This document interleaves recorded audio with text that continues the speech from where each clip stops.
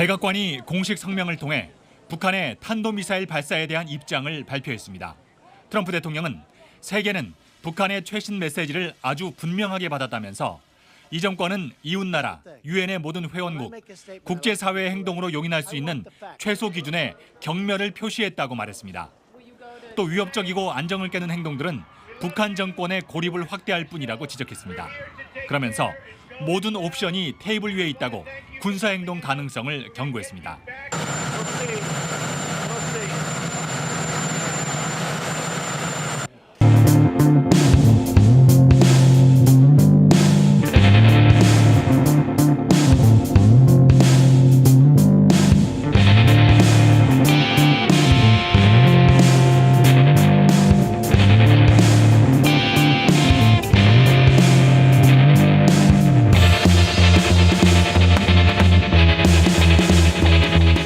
불과 일주일 만에 다시 열린 제네바 유엔 군축회의에서 회의 참가 17개국과 EU는 한 목소리로 북한을 규탄했습니다.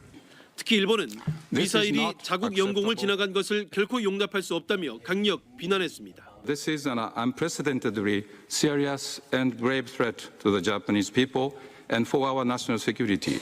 일본 영공을 지나간 미사일은 언급하지 않은 채 자위권이라는 기존 주장만 되풀이했습니다.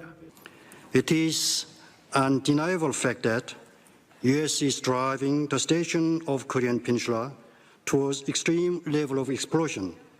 이에 대해 회의 참가국들은 주권 국가의 영공으로 미사일을 쏜 행위가 어떻게 자위권이냐며 비판했습니다. EU는 별도 성명을 통해 북한의 도전에 대응하기 위한 국제사회의 단결을 강조했고 마크롱 프랑스 대통령은 북한 지도부의 무책임을 비난하면서 자금줄 차단 필요성을 언급했습니다.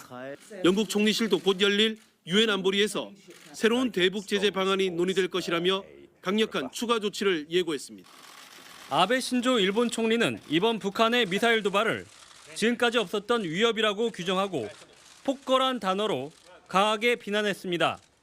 ミサイル発射という暴挙はこれまでにない深刻かつ重大な脅威であり 스가 요시히데 관방장관도 중국 베이징에 있는 대사관 루트를 통해 북한에 엄중히 항의하고 가장 강력한 표현으로 비난했다고 밝혔습니다.